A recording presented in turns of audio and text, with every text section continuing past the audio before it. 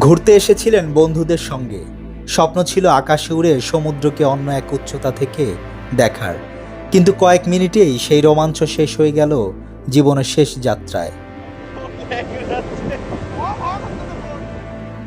কক্সবাজারের দরিয়ানগর সৈকতে প্যারাসাইলিং করতে গিয়ে প্রাণ হারিয়েছেন খুলনার ৩১ বছর বয়সী অক্ষর সৌভিক রায়।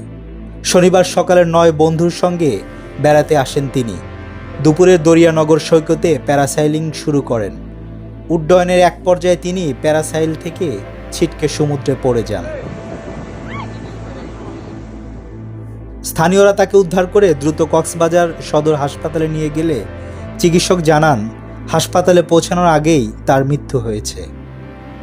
আমরা গত সোমবারেও তারা কিন্তু এদিকে জেলা প্রশাসন জানিয়েছে মরদেহ ময়নাতদন্তের জন্য মর্গে রাখা হয়েছে। প্রাথমিকভাবে পানিতে পড়ে মৃত্যুর ঘটনা বলে ধারণা করা হলেও প্রকৃত মৃত্যুর কারণ নিশ্চিত হওয়া যাবে ময়নাতদন্তের প্রতিবেদনের পাওয়ার পর।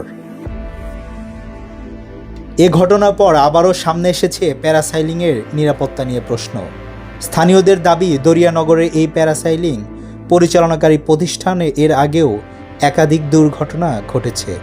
অভিযোগ রয়েছে এক সময় কার্যক্রম বন্ধ ঘোষণা করা হলেও পরে তা আবার চালু করা হয়। প্রতিদিনই রোমাঞ্চের খোঁজে অসংখ্য পর্যটক প্যারাসেইলিং করেন, তবে পর্যাপ্ত নিরাপত্তা ব্যবস্থা, নিয়মিত তদারকি এবং কঠোর মান নিয়ন্ত্রণ নিশ্চিত না হলে সেই রোমাঞ্চের মুহূর্তেই নিমিষে পরিণত হতে পারে অপূরণীয় শোকে।